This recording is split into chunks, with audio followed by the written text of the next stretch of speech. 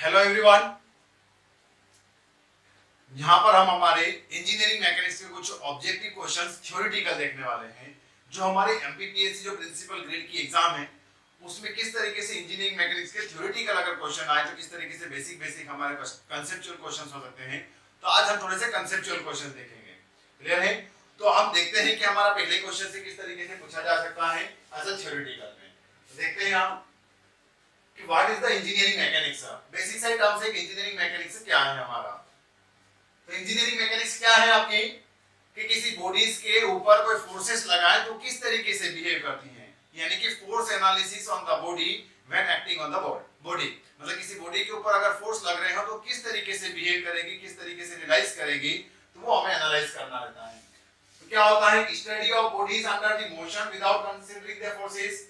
अगर सिर्फ हम मोशन में हो और उसके ऊपर कोई फोर्सेस आ रहे हैं उनके कारण क्या इफेक्ट आ रहा तो वो देख लिया, पर फोर्सेस को कंसीडर नहीं करते हैं। तो ये तो उसकी ब्रांच होती है, जिसको हम काइनेमेटिक्स बोलते हैं। ये काइनेमेटिक्स इंजीनियरिंग मैकेनिक्स है। दूसरा, application of mechanics to issues involving common engineering aspects. Common engineering aspects मतलब जो भी इंजीनियरिंग बिहेवियर्स देखेंगे, स्ट्रेसेस कितने आ रहे होंगे, बेंडिंग कितनी हो रही होगी, ट्विस्टिंग कितनी हो रही होगी, आपका स्ट्रेन कितना डिफॉर्मेशन हो रहा होगा, सारे इंजीनियरिंग एस्पेक्ट्स वगैरह देखेंगे क्या आप। And study of bodies under rest condition, तो ये भी उसकी ब्रांच हो गई हमारी, एक रेस्ट कंडीशन में और एक हमारा डायनेमिक कंडीशंस में। And study of bodies only under the motion, ये तो है। तो मतलब ये तीनों है हमारे साथ में, और तीनों का एक कंक्लूजन क्या है कि application of mechanics to issues involving common engineering aspects. मतलब हमारे जो इंजीनियरिंग के एस्पेक्ट्स हैं कि किस तरीके से हमारा जो इंजीनियरिंग मटेरियल्स हैं या फिर नॉर्मल मटेरियल्स हैं वो किस तरीके से स्ट्रेसेस वगैरह डेवलप करेगा या डिफॉर्मेशन देगा, वो हमें देखना रहता है। वो हम किसमें देखते हैं हमारे इंजीनियरिंग मैकेनिक्स में। इंजीनियरिंग मैकेनिक्स की दो ब्रांच है हमारा, सॉलिड मैकेनिक्स और फ्लूइड मैकेनिक्स। फ्लूइड में हम फ्लूइड का बिहेवियर देखते हैं और सॉलिड मैकेनिक्स में हम सॉलिड का बिहेवियर देखते हैं। सॉलिड मैकेनिक्स को ही हम आगे जाकर इसको स्ट्रेंथ ऑफ मटेरियल पढ़ते हैं। क्लियर है? नेक्स्ट टर्म्स में देखें आया, नेक्स्ट क्वेश्चन देखें। ओके, इसका आंसर कौन सा हो जाएगा हमारा? Option number B. Okay, next देखें आप, which of the following is the condition for the three force theorem in mechanics। बहुत ही अच्छा क्वेश्चन बोले या फिर अच्छी टर्म्स आई है। थ्री फोर्स थ्योरम क्या है हमारा? क्लियर है? थ्री फोर्स कांसेप्ट क्या है, दोनों टर्म से आंसर कर सकते हो कि थ्री फोर्स थ्योरम या थ्री फोर्स कांसेप्ट।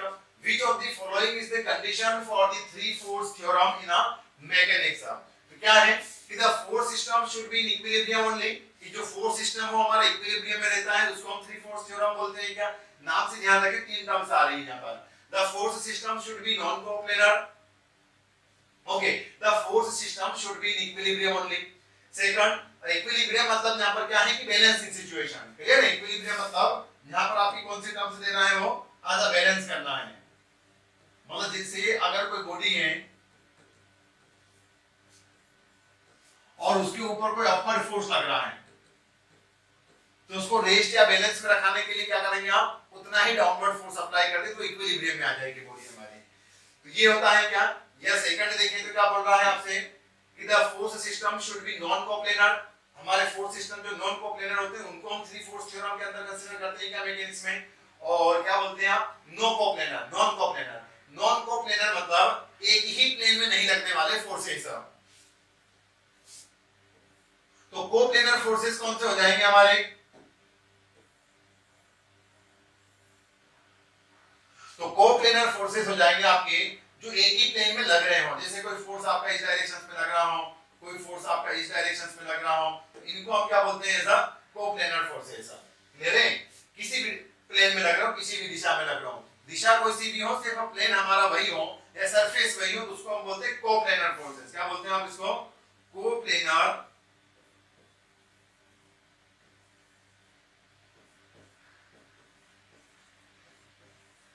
फोर्सेस।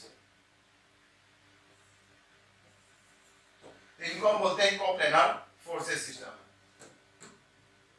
तो ये हमारे the force system should B non coplanar. मतलब जो नॉन कोप्लेनर मतलब कौन से हो जाएंगे, जो अदर प्लेन में लग रहे हो फोर्सेस। जैसे आपका कोई ये एबी प्लेन है जैसे, और इसके कोई पीछे एक प्लेन रहता है जैसे ये कोई सीडी प्लेन है, तो कोई एक आध फोर्स आपका यहां पर लग रहा होता, तो ये दोनों क्या हो जाएंगे, तो इनको हम थ्री फोर्स थ्योरम में कंसीडर करते हैं क्या? बिल्कुल भी नहीं। Then next, the system should be ये दोनों ऑप्शन तो हमारे आउट हो गए, ये भी नहीं है, ये भी नहीं है। Okay, the system should B coplanar and parallel forces. अब कोप्लेनर मतलब एक ही प्लेन में हो, ठीक है, और ये हमारे दोनों कौन से हो गए, ये जैसे P है और ये फोर्स Q है, तो P और Q दोनों क्या है, कोप्लेनर पैरेलल फोर्सेस हैं। और अगर हम बात कर ले कि कोई फोर्स आपका जैसे ये आ रहे हैं, तो P और R क्या है, ये कोप्लेनर तो है बट पैरेलल फोर्सेस नहीं है, इनको कंसीडर करते हो क्या, इनको भी नहीं करते हैं। क्या होते हैं कि the force system should be in equilibrium, मतलब बैलेंसिंग सिचुएशंस में होना चाहिए, कोप्लेनर मतलब एक ही प्लेन में, कॉनकरेंट और पैरेलल, कॉनकरेंट हो या फिर पैरेलल, दोनों में से कोई एक सिचुएशंस हो सकती है। कॉनकरेंट मतलब एक ही पॉइंट से पासिंग होना फोर्सेस के, सिंगल पॉइंट से action of passing of force, एक ही प्लेन से या एक ही पॉइंट से हमारी जो पासिंग होती है उसको हम क्या बोलते हैं, कॉनकरेंट फोर्सेस, एक ही जगह से उत्पत्ति होना उन फोर्सेस की। क्लियर है? तो आप पॉइंट लिख सकते हैं इसके अंदर, अगर आप लिखना चाहें तो नोट पॉइंट में क्या लिख सकते हो, इक्विलिब्रियम बैलेंसिंग तो लिख ही चुके हैं, forces lying in same plane। कॉनकरेंट क्या हो जाते हैं हमारे, फोर्सेस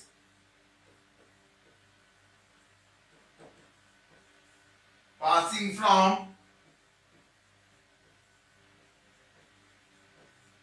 सेम पॉइंट, एक ही बिंदु से अगर वो जा रहे हो या उत्पत्ति हो रही है, जैसे कि हमारे कौन से कहलाएंगे, हमारे कॉनकरेंट फोर्सेस कहलाएंगे।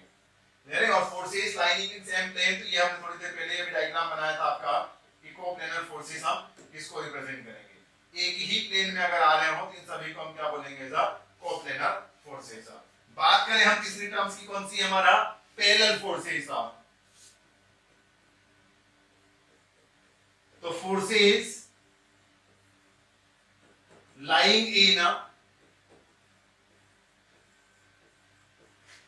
same plane, सेम प्लेन के अंदर लाई कर रहे हो, and these are parallel to each other,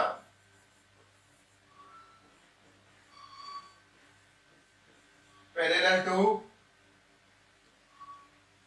each other। तो हो गई थ्री फोर्स थ्योरम। ये फोर्सेस किस तरीके से हमारे पैरेलल, जरूरी नहीं कि एक ही दिशा में हो, किसी भी दिशा में हो सकते हैं, बट वो क्या होंगे, हमारे पैरेलल फोर्सेस होंगे।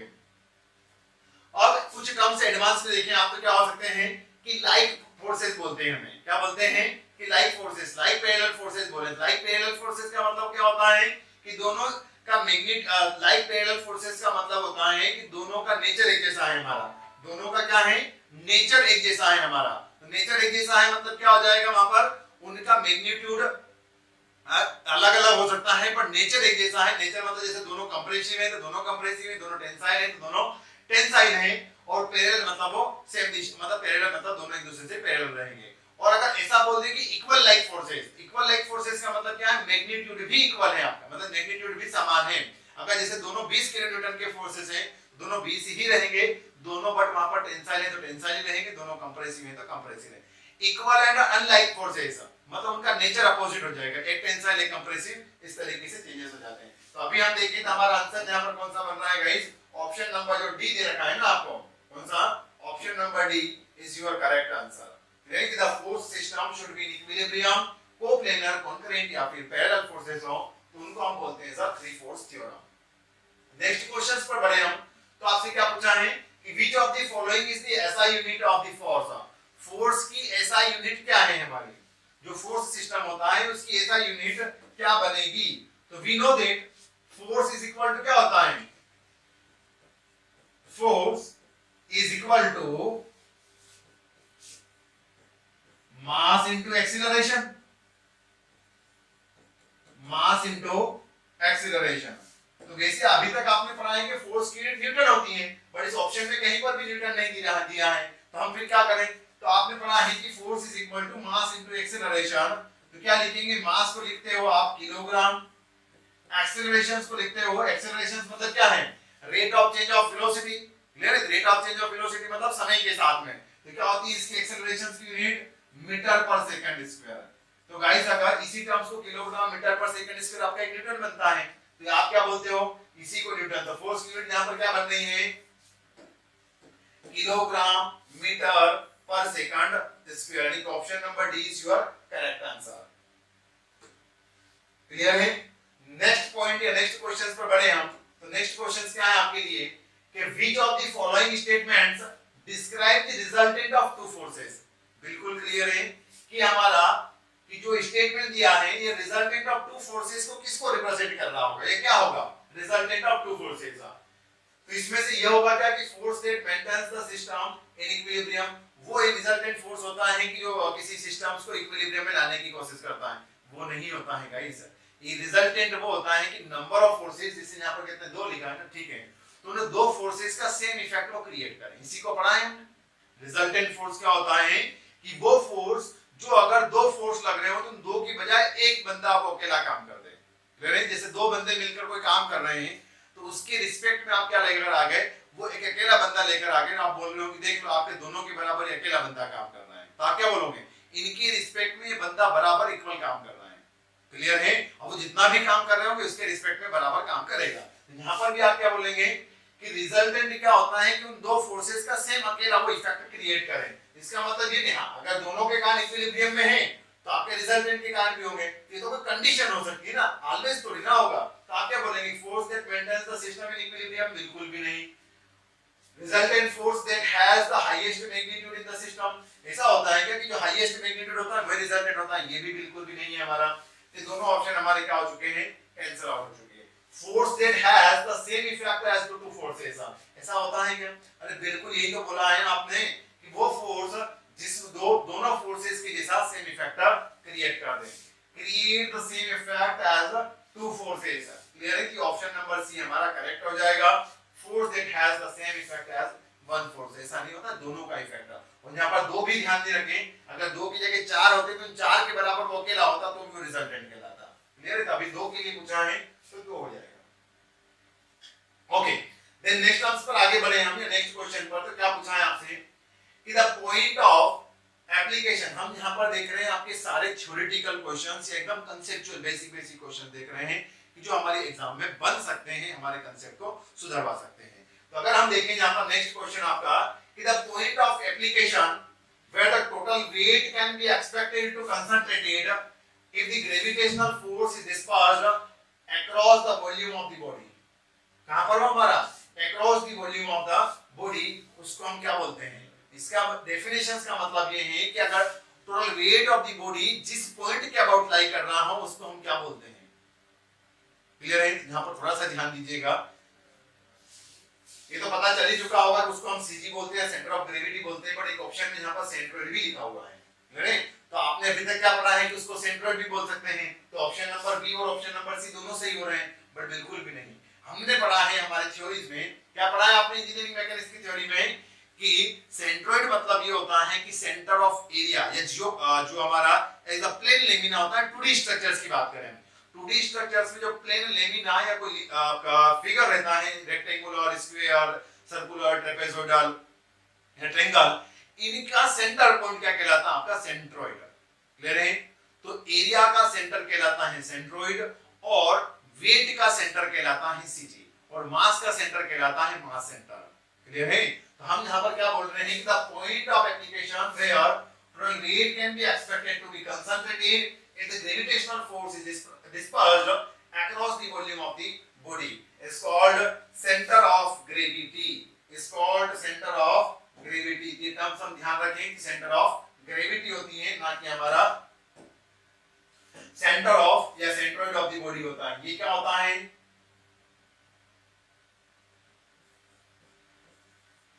Area of the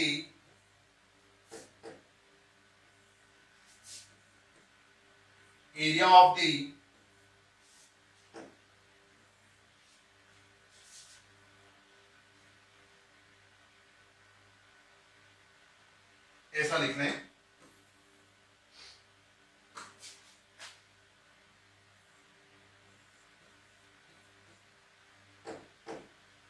centre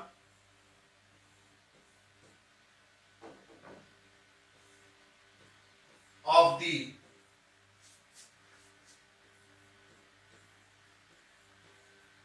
area of body,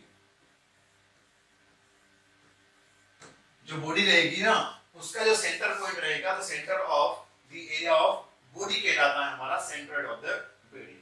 और जनरली कंसीडर इन 2D बॉडी, किसके लिए 2D बॉडीज के लिए आप इसको कंसीडर करते हैं, किसके लिए करते हैं 2D फिगर।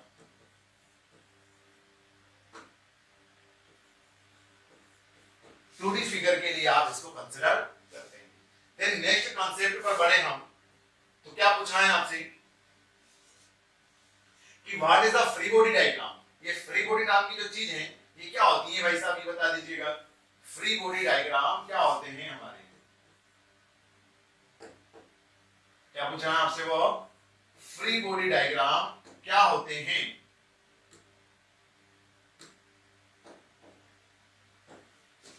तो फ्री बॉडी डायग्राम क्या होता है हमारा, ऐसा स्केच या फिर ऐसा डायग्राम जिसके अंदर हम जो एक्सटर्नल फोर्सेस और इंटरनल फोर्सेस उसके अंदर आने वाले हैं उनका रिजल्टेंट क्या, उनका बिहेवियर देखते हैं कि कौन किस डायरेक्शन में किस तरीके से वो लाई कर रहा होगा। लाइक देख, जैसे कोई बॉडी है, आपने बोला कि किसी एक फिगर के ऊपर या किसी एक प्लेन के ऊपर लाई कर रही है,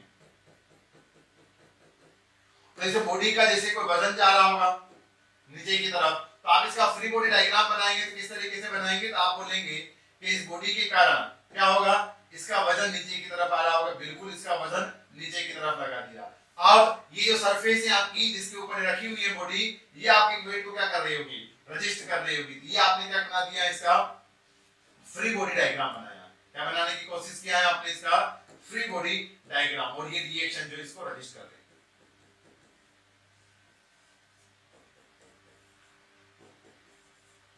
और ये वेट ऑफ द बॉडी है। तो ये हमारा क्या कहलाएगा, फ्री बॉडी डायग्राम। किसका, इस स्ट्रक्चर का जिसका वजन W रहा था। तो ये इसका स्ट्रक्चर इसका W रहा है, और ये क्या कहलाएगा हमारा फ्री बॉडी डायग्राम। तो फ्री बॉडी डायग्राम मतलब उनको क्या कर देते हैं हम, रिजॉल्व करने की कोशिश करते हैं कि किस तरीके से डायरेक्शन ऑफ फोर्सेस लाई कर रहे होंगे किसी बॉडी या किसी पॉइंट के ऊपर। So it's a sketch of a moving body that shows internal forces of the body and reaction forces। ऐसा होता है क्या कि रिएक्शनल फोर्सेस और internal forces of the body, यदि एक ही टर्म्स बता दिया आपने कि इंटरनल फोर्सेस और रिएक्शनल, भाई साहब हम एक्सटर्नल फोर्सेस को भी कंसीडर कर लेते हैं, तो ये तो आपका फिर ऑप्शन थोड़ा सा गलत हो गया। इट्स अ स्केच, स्केच मतलब डायग्राम या फिगर की बात कर रहे हैं कि it's a sketch of an undistributed body या undisturbed body that shows external forces of the body. ऐसी अनडिस्टर्ब्ड बॉडी में तो जो बैलेंसिंग सिचुएशंस में हो और उसके ऊपर सिर्फ हमारे क्या एक्सटर्नल फोर्सेस को शो करना, मतलब रिएक्शन वगैरह कैसी आ रही होगी ये आपने रिप्रेजेंट नहीं किया। जैसे मैं बोल रहा हूं कि इसके ऊपर P फोर्स आ रहा है, Q फोर्स आ रहा है, नीचे की तरफ लग रहे हैं, तो बस आपने वो शो कर दिए, उसको रजिस्ट कौन कर रहा होगा, ये शो नहीं किया। जैसा होगा क्या, बिल्कुल भी नहीं होगा। तो फिर ऑप्शन नंबर सेकंड भी हमारा कैंसिल हो चुका है।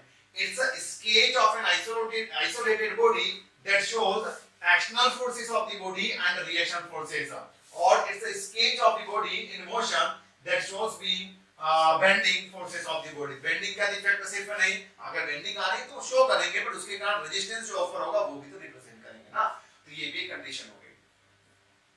ये क्या है, it's a sketch of an isolated body. Isolated मतलब जो भी हमारी बॉडी है दैट शोज एक्सटर्नल फोर्सेस, उसके ऊपर मैंने एक्सटर्नल फोर्सेस को शो किया, एंड रिएक्शन फोर्सेस, उसके ऊपर जो रिएक्शन या रेजिस्टिंग रिएक्शंस डेवलप हो रही होगी उनको भी रिप्रेजेंट करने की आपने ये कोशिश किया। तो ये हमारा ऑप्शन नंबर कौन सा, सी ऑप्शन सही हो जाएगा। क्लियर है। इस क्वेश्चन का आंसर कौन सा होगा हमारा, कि स्केच होता है फ्री बॉडी डायग्राम किसका, कि external forces of the body, मतलब बॉडी के ऊपर एक्सटर्नल फोर्सेस लाइक दैट उसका खुद का वजन या कोई P फोर्स जैसे इसे लग रहा था इस थीटा एंगल पर, तो आपने ये भी बताने की कोशिश किया कि P फोर्स हमारा किसी पॉइंट्स के ऊपर लग रहा है या किसी बॉडी के ऊपर लग रहा है, तो आपने बॉडी बना दी होगी। जैसे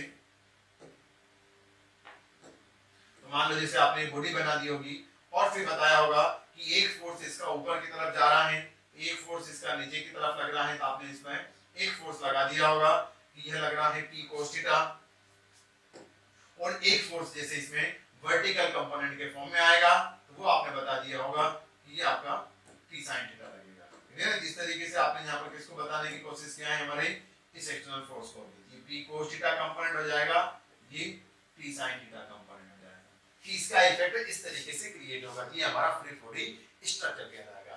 देन नेक्स्ट टर्म्स पर बढ़े हम, तो क्या लिखा है कि which of the following is a feature of friction. Friction का फीचर्स क्या है, क्लियर है? फीचर्स मतलब फ्रिक्शन क्या होता है। फ्रिक्शन आपको हमें पता है कि friction always acting opposite to the direction of motion, जिस भी डायरेक्शन में मोशन हो रहा होगा जिसके जस्ट अपोजिट सरफेस के अलोंग लग रहा, कहां लगता है? Between the surface and the body. जो आपकी जब जब कब होगा, जब दो एक्सटर्नल बॉडी मीट करती है ना, या तो डिफरेंट बॉडी मीट करती है, तब ऑलवेज हमारा वहां पर फ्रिक्शंस लग रहा होगा या फिर लुब्रिकेशंस हो रहा होगा, क्लियर है? और इस इफेक्ट के कारण क्या होगा, बॉडी को या तो रेस्ट में लाने की कोशिश कर रहा होगा या फिर मोशंस में लाने की, मतलब रजिस्ट कर रहा होगा मोशंस को। तो आप देखिए आप यहां पर कि always acts in the direction opposite to the applied forces, बिल्कुल यही है आपका ऑप्शन सही। देखते हैं दूसरा कि not a self adjustable force, यह कोई सेल्फ एडजस्टेबल फोर्स नहीं है क्या? Always acts in the direction of applied force, ये तो हमारा बिल्कुल क्लियर और गलत है। It is an active force, ये हमारा एक एक्टिव फोर्स होता है क्या? तो ऑलवेज एक्टिव होगा ना, ये कब एक्टिव होगा? ये एक्टिव तब होगा कोई एक्सटर्नल फोर्स लगाओगे आप, तब ये एक्टिव होगा, अदरवाइज जैसे कि बॉडी रखी हुई है तो अब इस पर कोई फर्क नहीं पड़ रहा होगा। जैसे ही हमारे फोर्स आएगा तब ये हमारा क्रिएट होने लग जाएगा। तो which of the following is a feature of friction? Friction it is an active force, मतलब क्या हुआ, एक्टिव तो रहता है बट ये कंडीशंस के ऊपर डिपेंड करता है। अगर मोशन में है तो मोशन के टाइम पे लग रहा होगा हमारा अलग, डायनामिक सिचुएशंस वाला फ्रिक्शंस कहलाता है, क्लियर है? और अगर स्टैटिक सिचुएशन में तो स्टैटिक कंडीशन वाला फ्रिक्शंस कहलाता है। अब यहां पर देखें कि always acts in the direction opposite to the applied force, तो ये बिल्कुल लगता है यहां पर हमारा अपोजिट टू द प्लेन। जैसे कोई बॉडी है आपकी, मान लो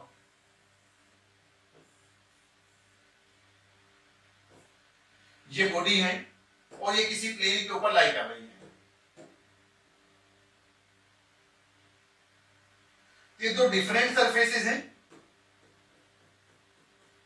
ये दो डिफरेंट सरफेसेस हैं गाइस हमारा।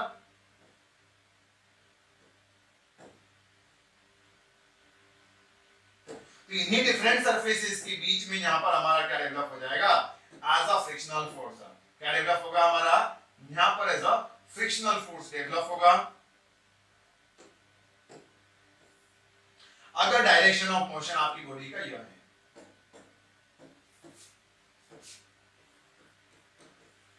Direction of acting the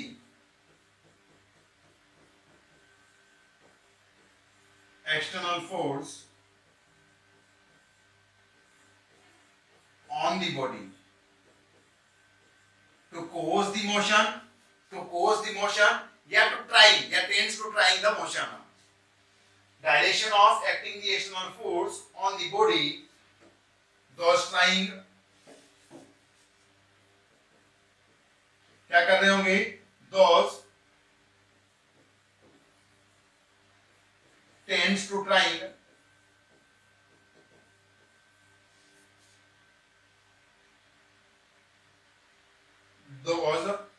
tends to trying body to keep in motion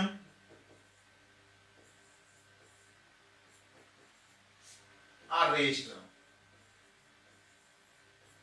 या तो फोर्सेस मोशन में लाने की कोशिश कर रहे होंगे या फिर रेस्ट में ले जाने की कोशिश कर रहे होंगे। तो हमारा जो फ्रिक्शनल फोर्स है ये जस्ट इसके अपोजिट एक्ट करने लग जाएगा। ये क्या हो जाएगा हमारा? Frictional force. Frictional force develops between, ये किसके बीच में डेवलप होता है? तो frictional force develop between surface of the body, surface of the body and plane on which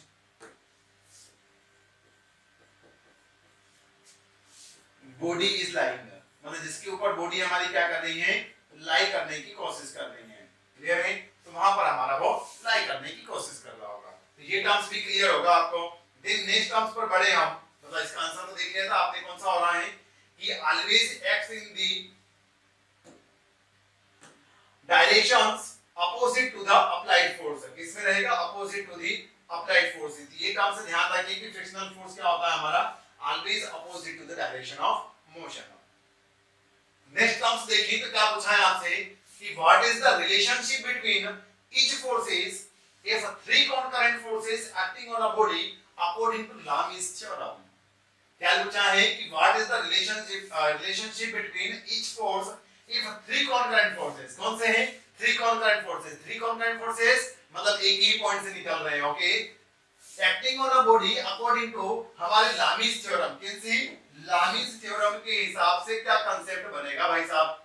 तो अगर आप देखें यहां पर तो आपने क्या बोला है कि कॉन्करेंट का मतलब क्या पढ़ कर आए हैं आप? तो आपने बोला है कि कॉन्करेंट का मतलब ये होता है,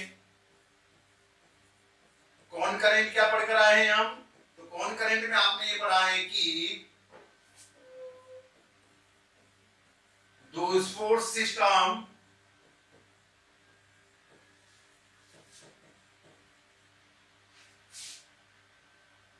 originate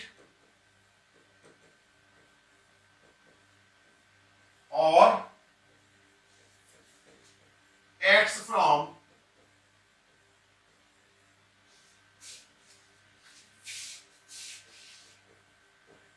same point।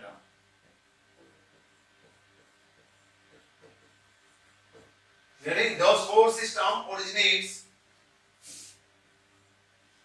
originate ही लिख लें कि originate from the same point। ठीक है, आपने इसको ओरिजिनेट कर दिया है इज द सेम पॉइंट से। क्लियर है? तो इसको ओरिजिनेट करने की कोशिश किया है आपने सेम पॉइंट से, तो क्या हो जाएगा हमारा यह, जैसे कि कोई फोर्स थे आपके, तो एक फोर्स आपका ये हो गया, दूसरा फोर्स आपने इसी जगह से ओरिजिनेट कर दिया, तो ये तीसरा फोर्स हो गया आपका दूसरा। एक फोर्स आपने यहां से ओरिजिनेट कर दिया। क्लियर है? तो आपने जैसे दो तीन फोर्सेस आपने अपोजिट एक दूसरे से, क्या लिखा है कि three concurrent forces acting on a body according to Lami's theorem, क्या कंडीशंस बना। तो आपने ये पढ़ा है, क्या पढ़ा है आपने कि अगर ये फोर्सेस जैसे मान लो ये कोई P है या Q है और ये R है, तो अकॉर्डिंग टू लामीज थ्योरम क्या होता है कि P या इनका ratio opposite two forces angle, मतलब P के अपोजिट जो हमारे साइन एंगल होगा उसके रेशियो के इक्वल होते हैं या फिर ये समान होते हैं। जैसे कि मान लीजिए कि यह अगर थीटा हो, यह अल्फा हो और यह बीटा हो, तो अकॉर्डिंग टू लामीज थ्योरम आपने क्या पढ़ा है कि अकॉर्डिंग टू लामीज थ्योरम, तो अकॉर्डिंग टू लामीज थ्योरम आपने पढ़ा है कि P अपॉन इसका अपोजिट, P के अपोजिट कौन सा एंगल बन रहा है? थीटा वाला, तो इसका साइन कंपोनेंट यानी कि P upon sine theta is equal to Q के अपोजिट देखें तो कौन सा बन रहा है? Q अपॉन Q के अपोजिट कौन सा बन रहा है? बीटा, तो साइन बीटा, और R के अपोजिट देखिए तो कौन सा बन रहा है? Sine alpha.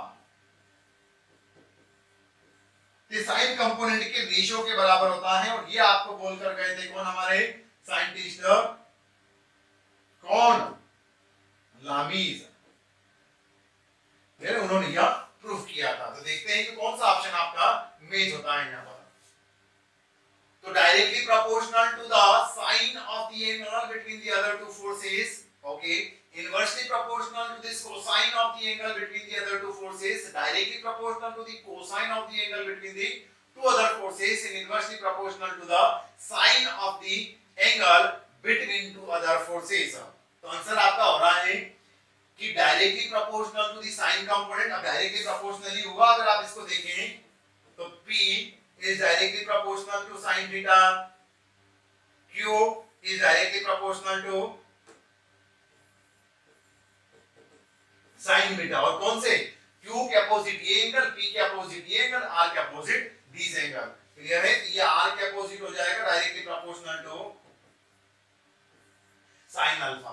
क्लियर है? अगर आप बराबर की इधर लेकर आए, बाकी ठीक है कि q अपन अपना साथ में आ ही रहा है, तो आप क्या बोलेंगे कि is directly proportional to the sine of the angle between the other two forces. ये अदर टू फोर्सेस मतलब किसके, उस फोर्स को छोड़कर अदर टू फोर्सेस के बीच में जो एंगल बन रहा होगा उसके साइन कंपोनेंट के डायरेक्टली प्रोपोर्शनल होता है। तो ऑप्शन देखिएगा आपका ए और डी दोनों हो रहा है। तो थोड़ा सा अगर हम कंफ्यूज हुए तो हमारा आंसर आते हुए गलत हो जाएगा, मतलब क्वेश्चंस का आंसर हमें आता होगा और हम थोड़ा सा कि अपॉन में दिख रहा है तो इनवर्सली हुआ, तो अगर जो भी पूछा जाए वो जस्ट उसके ही अपॉन में हो तो आप समझ जाइए कि अब वो उसके डायरेक्टली प्रोपोर्शनल है, क्योंकि वो बराबर के उधर जाएगा तो उसके पैरेलल आ जाएगा। क्लियर है? तो ये टर्म्स ध्यान रखिएगा। तो यहां पर आंसर कौन सा हो जाएगा हमारा, directly proportional to the sine of the angle between other two forces. तो ये टर्म्स भी क्लियर हो गई आपको। देन नेक्स्ट ईयर क्वेश्चंस पर बढ़े हम, तो क्या पूछा है आपसे, देखते हैं कि which of the following conditions does not affect the magnitude of the movement. Which of the following conditions does not affect the magnitude of the movement? कौन सा आपका magnitude of movements को affect नहीं करेगा गाइस? बहुत ही अच्छा है, प्यारा सा क्वेश्चन बोल सकते हो आप। तो क्या पूछ रहा है कि आपके मूवमेंट पे मैग्नीट्यूड को अफेक्ट कौन सा नहीं करेगा। मुझे पता होना चाहिए कि मूवमेंट इज इक्वल टू होता है आपका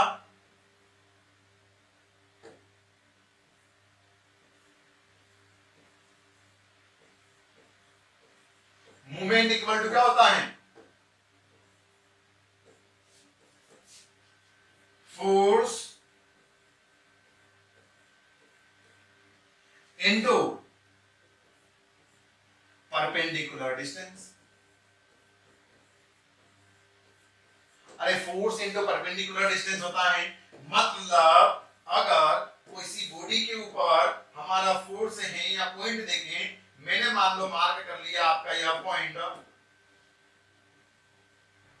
ए, इसके ऊपर आप मूवमेंट्स देखें तो अगर ये फोर्सेस आपकी कुछ इसी इसेंट्रिसिटी पर आएंगे तो इनके कारण हमारा क्या होगा, मूवमेंट क्रिएट होगा। इनके कारण क्या होगा गाइस, हमारा मूवमेंट क्रिएट होगा। और अगर यही फोर्स आपका सेम पॉइंट पर आए तो इसके कारण मूवमेंट क्रिएट होगा क्या, this force not create the movement. क्या होता है, इसके बीच में हमारी जो डिस्टेंस होती है ना,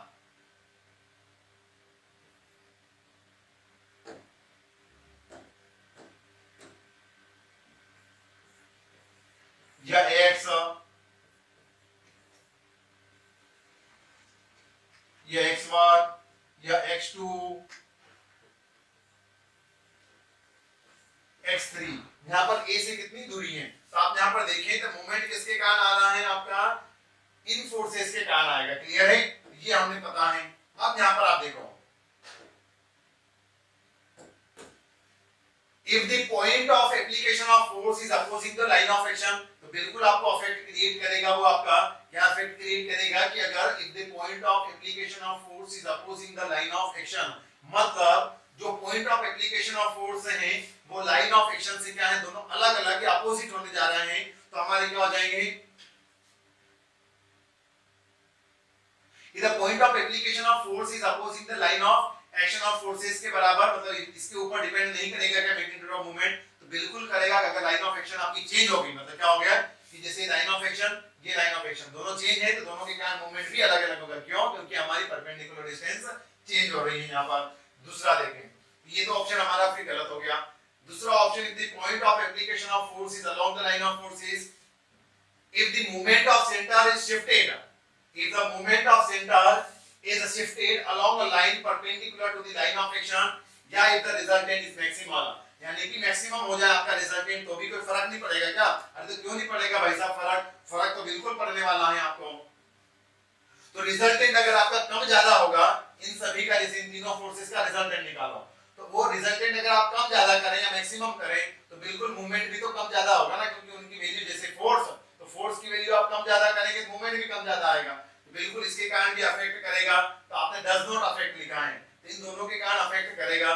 तीसरा, if the moment of centre मतलब जिस पॉइंट के अबाउट लाई कर रहा है, is shifted along the line perpendicular to the line of action, मतलब इस लाइन ऑफ एक्शन से इस पॉइंट को मैं थोड़ा सा इधर शिफ्ट कर दूं, यहां पर a डैश लेकर आ जाऊं, तो भाई साहब मूवमेंट भले फोर्स आपका वो सेम रहे, मूवमेंट आएगा कि नहीं आएगा, चेंजेस बिल्कुल आएगा, क्योंकि यहां पर परपेंडिकुलर डिस्टेंस हमारी चेंज हो चुकी है। Again I repeat this terms कि movement of centre is shifted, मतलब मूवमेंट ऑफ सेंटर मतलब जहां पर आप मूवमेंट निकालने वाले थे तो a पर निकाल रहे थे, उसको आपने a डैश पर लेकर आ गए, तो line of perpendicular to the line of action, ये लाइन ऑफ एक्शन है, उसके परपेंडिकुलर आपने पॉइंट को शिफ्ट कर दिया है। तो बताइए कि मूवमेंट के ऊपर कोई फर्क आएगा कि नहीं आएगा, तो बिल्कुल आएगा। तो आप बोल रहे हैं कि डज नॉट अफेक्ट, तो बिल्कुल ये तो अफेक्ट करेगा।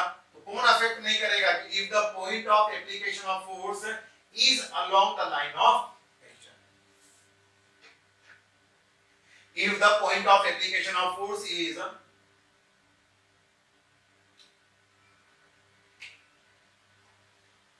along the line of action, मतलब ये पॉइंट ब्लैक कलर की, ये लाइन ऑफ एक्शन भी यही है और पॉइंट ऑफ एप्लीकेशन भी है, मतलब आप इसी पॉइंट के ऊपर देख रहे हैं। तो यहां पर हमारा क्या होगा, मूवमेंट क्रिएट नहीं करेगा।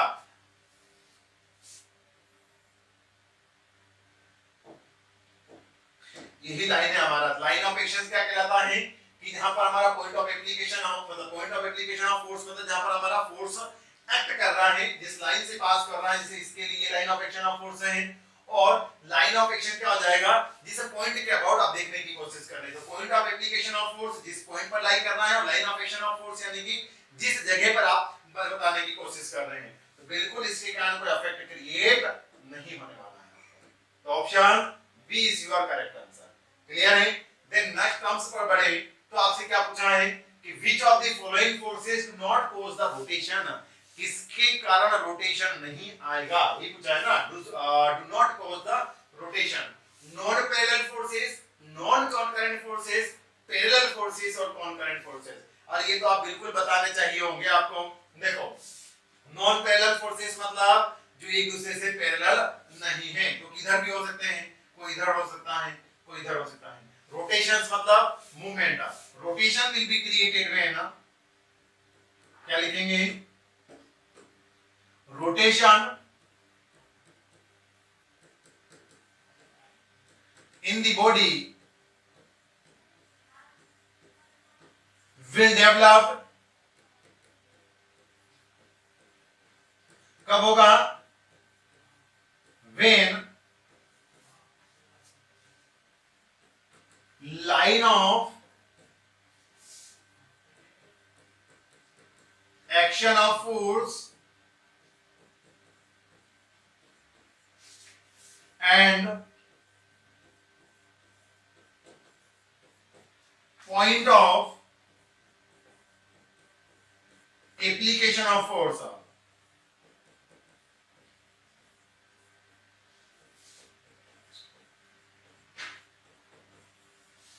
is different या differ,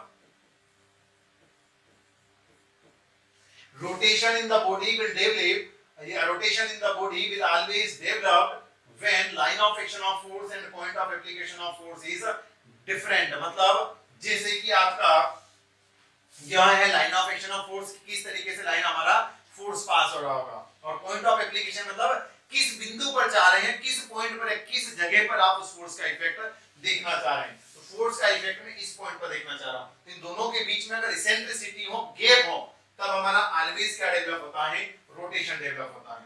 तो आप यहां पर ये बात करने की कोशिश में हैं कि अगर ये नॉन कोप्लेनर फोर्सेस हो, तो बिल्कुल हमारे अगर जैसे नॉन कोप्लेनर फोर्सेस आने लगे, non parallel, sorry non parallel forces, तो नॉन पैरेलल फोर्सेस मतलब not parallel to each other, तो जरूरी थोड़ी ना है ये किधर भी हो सकते हैं, तो may be create the rotation, clear है, और बिल्कुल क्रिएट कर सकते हैं रोटेशन हमारा, कि पैरेलल फोर्सेस नहीं है किसी बॉडीज के ऊपर, तो इसके कारण रोटेशन बिल्कुल हो सकता है। क्या लिख लेंगे,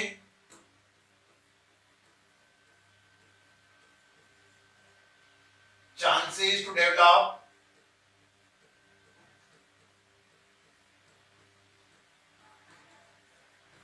रोटेशन।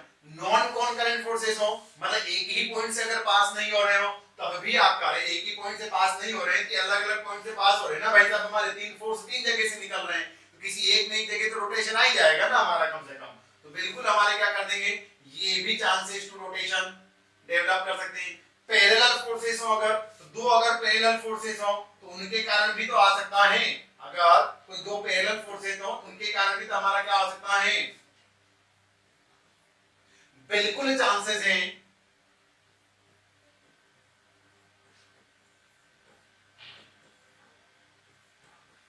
टू डेवलप रोटेशन और मूवमेंट, क्लियर, इसी की बात कर रहे हो आप। तो मतलब ये ऑप्शन नंबर ए बी और सी तीनों हमारे गलत हो गए कि मूवमेंट इन तीनों के कारण डेवलप हो सकता है। लास्ट ऑप्शन देखिए कौन करंट, कौन करंट मतलब, कौन करंट मतलब क्या हो जाएगा, forces are passing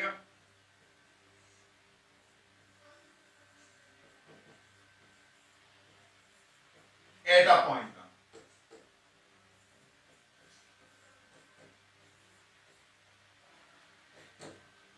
एक ही पॉइंट से अगर निकले तो उसके कारण रोटेशन होने के चांसेस ही नहीं रहेंगे। तो ऑप्शन नंबर डी हमारा क्या हो जाएगा गाइस, एक्सेप्ट हो जाएगा। क्लियर है।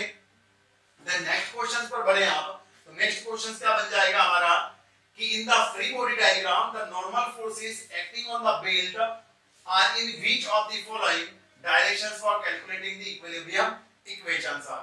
बिल्कुल क्लियर है कि कोई बेल्ट है आपका, उस बेल्ट के ऊपर आपका कोई नॉर्मल फोर्सेस एक्ट करेंगे तो किस डायरेक्शंस में आएंगे, उनकी डायरेक्शंस क्या होगी। नॉर्मल फोर्सेस मतलब resisting reactions. In the free body diagram, the normal forces acting on the belt are in which of the following directions for calculating the equilibrium equations. तो normal जो forces होंगे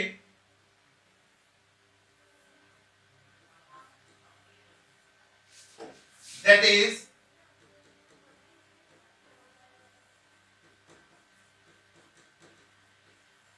resisting force, resisting force है हमारा, और forces acting on the belt. Belt मतलब जैसे जो conveyor belt वगैरह होते हैं ना आपके, कन्वेयर बेल्ट मतलब जैसे कोई मूवमेंट चल रहा है उसके अंदर जो कन्वेयर बेल्ट है हमारा, या बेल्ट कोई बॉडी है जिसके ऊपर आपको बॉडी को आप पुश पुल वगैरह कर रहे हैं, तो हम क्या करेंगे, या उसको उठा रहे हैं आप, तो उस बेल्ट के ऊपर वजन नीचे की तरफ जाएगा कि नहीं जाएगा, उस बेल्ट के ऊपर वजन किधर जाएगा, नीचे की तरफ। तो वजन को रजिस्ट कौन कर रहा होगा, बेल्ट। तो बेल्ट क्या करेगा, ऊपर की तरफ आपको लगाएगा कि नहीं लगाएगा फोर्स। तो आप क्या लिखेंगे कि हॉरिजॉन्टली लेफ्ट बिल्कुल भी नहीं, हॉरिजॉन्टली राइट बिल्कुल भी नहीं, हमारा वर्टिकली अपवर्ड या वर्टिकली डाउनवर्ड। तो आप क्या बताओगे, अभी आपने बताया है कि वर्टिकली अपवर्ड लगेगा हमारा फोर्स। क्यों लगेगा कि नॉर्मल फोर्स हमारा, क्योंकि वेट ऑफ द बॉडी या external load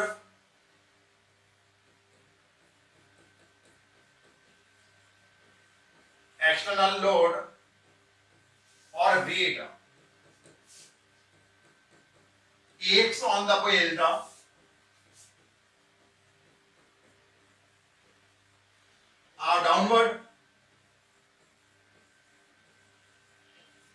are downward and to resist and to resisting this force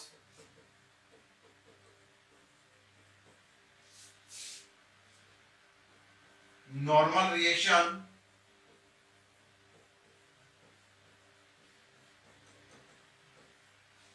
on belt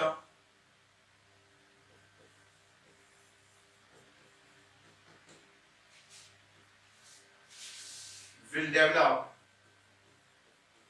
कैसी होगी वह, will develop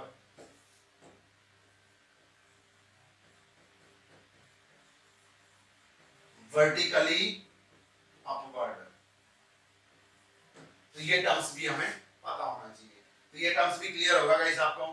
क्लियर। इस तरीके से हमने कौन से, ये हमारे बेसिक इंजीनियरिंग मैकेनिक्स के क्वेश्चंस देख लिए जो हमारे एमपीपीएससी प्रिंसिपल ग्रेड की एग्जाम में बन सकते हैं, और इनको हम बिल्कुल क्लियरली टिक कर सकते हैं। और हमारे अगर थ्योरेटिकल इस तरीके से क्वेश्चन है, थ्योरेटिकल क्वेश्चंस भी आ गए तो भी काम बन जाएगा, और अगर यहाँ से कुछ कंसेप्ट वाले क्वेश्चन आए तो भी आप न्यूमेरिकल वाले क्वेश्चंस भी सॉल्व कर सकते हैं। तो नेक्स्ट पैटर्न में या नेक्स्ट सेशन में हम कोशिश करेंगे कि कुछ न्यूमेरिकल क्वेश्चंस भी हम सॉल्व करें। Okay, thank you to everyone.